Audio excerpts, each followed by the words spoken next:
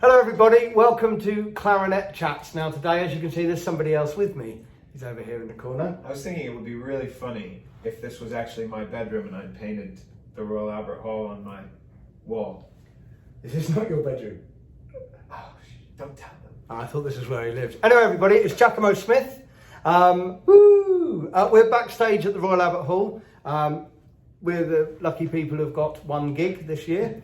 But in Clarinet Chats, I did say that I would speak to some other clarinetists about what gear they use and things like that. So, Giacomo Smith, talk us through your setup on clarinet, please. I would tell you every pad that I use. No, but I won't. It's a Buffet R13 that I've had since I was 10 years old, if you can believe it. And Hadash barrel that I got from my local music shop when I was like in high school. And it's okay. It's okay as a barrel. I'd kind of like to get something more open. Now the mouthpiece thing is an interesting one because it's a Morgan RM15 from when Ralph Morgan was still alive. So it's one of the ones that they're making now aren't quite as up to snuff. And we were looking the other day and they're going for about 250 pounds or something. £250, yeah. So, but this mouthpiece has a little story, which is that I'll never forget, when I was in 8th grade, I had a great band director. I mean, he's still around, we're still friends. He's retired now, but he was, a really important person in a lot of our lives, when we were in high school. And he was a sax player, and he was really into Brecker and into all these great, tenor players and stuff. But he obviously had, clarinet doubling chops, and he said, "Here, try this mouthpiece." And I remember trying it in 8th grade and saying, because I was really into small mouthpieces, I was into like your, M13s and M15s and all that really close stuff, because I was doing the classical thing. And I remember trying, he gave me this mouthpiece to try it, and I said, "Man, I really don't like it. It's really kind of buzzy and, like open, and the beak is really sloping and stuff, because it's made for sax players." Yeah, of course. Right? And then, years later down the line, I went over to his house, probably 10 years later, whatever, and I tried it again, and I said, "Man, this is the best clarinet mouthpiece I've ever had," because it's shaped like a sax mouthpiece, so it has this kind of sloping comes down beak like that comes down, so that you can get the kind of angle that we play, instead of the classical thing, which is straight down. So and he gave it to me, and I thought, "Wow, that's really nice." So he gave it to me.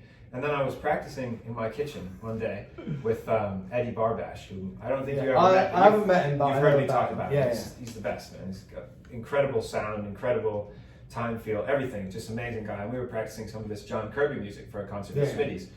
And I put the clarinet down on the chair, and I went over to, it was middle of the night or something. We were just practicing whatever, going through these parts, and I made us something to eat or something. And I was talking to him, and I said, "Eddie, I'll probably never get a clarinet mouthpiece better than this. It's the best one I've ever played in my life."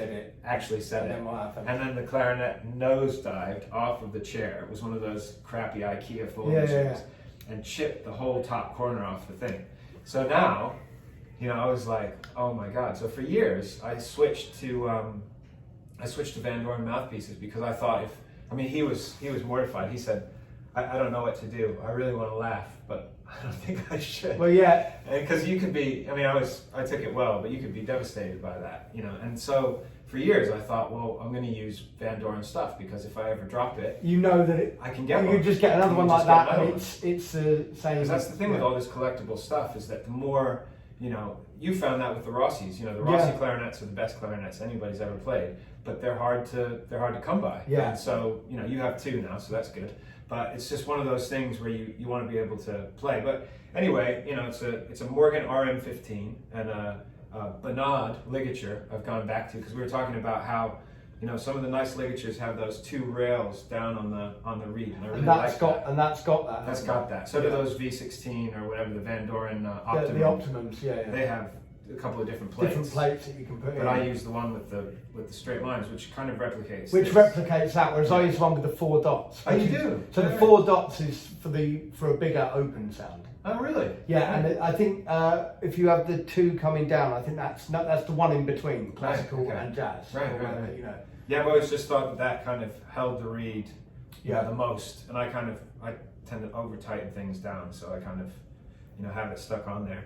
And that's the kind of setup. And what embouchure technique do you use? I play double lip. Yeah. Did I ever tell you that? Yeah. So I put the top lip over,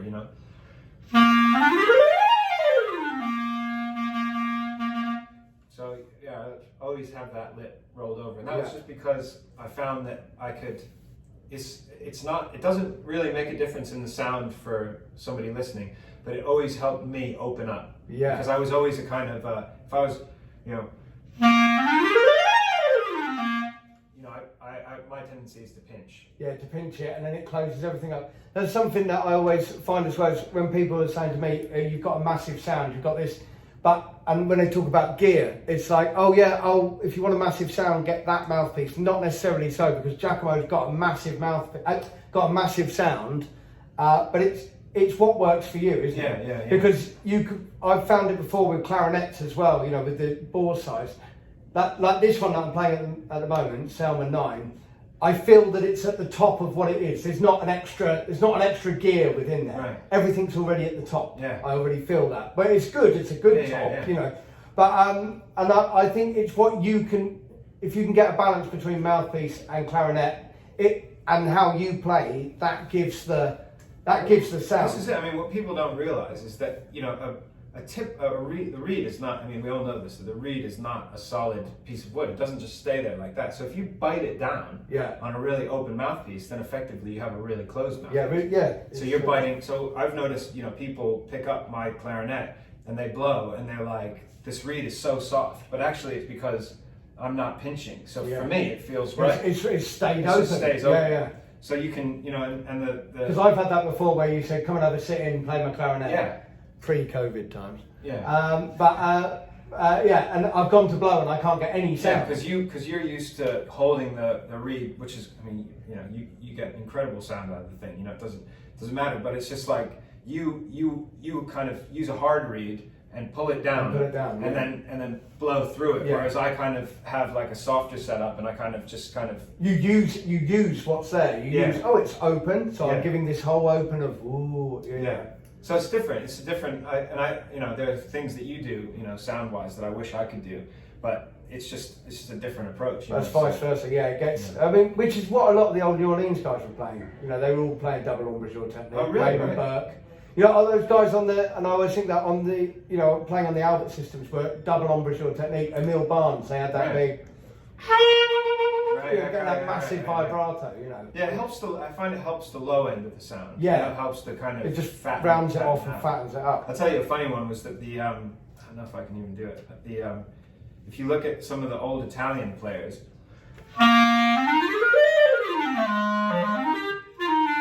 Upside down. You look at the band in The Godfather, and they play them upside down. But that's why you have to play double lip. You play double lip, then. We're missing a trick. Never want to play. No, don't do that again. So that's your. What would you say to anybody who's because a lot of people send messages and they say, "What can I've got to a point, but I'm looking for something." We said about it the other day, with ligatures. I changed the ligature and went, oh wow, I can't believe I didn't use this all along. But then I didn't know whether it was necessarily better or whether it was just the fact that it was something different. That sparked the kind of thing. Right. So I just think it's worth trying things, don't you? Well, your mouthpiece thing that you were telling me yesterday is one of my favorite clarinet things because it's so easy to be seduced by gear and gadgets and stuff. And Adrian's used the same mouthpiece. Yeah. For 26 years? Yeah, 26 years. He's had two of them, 5 JBs. And that's it. But that doesn't mean you won't go and try other stuff. No, I try other things and I go back to it, but it's nice to know, it's nice to try something and go, oh actually, I made the right decision. And I think nowadays with Van Doren and other vintage mouthpieces a bit different, but you can go to places and try stuff, but it's worth trying stuff because... there's so many great mouthpiece makers. Van Doren is great. There's, Clark Phobes is another mouthpiece that I have. He comes out of California. There's a lot of small makers that are really good, and it's worth trying. Ladies and gentlemen of the string section, strings to the stage, please. Strings to the stage. Thank you. But it's just, I think a guy called Jim Snydera that I know said it best, which is you pick the gear that helps you sound like yourself with the least resistance. So there you go. That's exactly it. Right, we'll wrap it up there. Yeah. Clarinet Show. Chats. Yes, mate. Yeah. Right, we're off to play Thanks the Royal for Albert listening. Hall. Bye bye, everybody.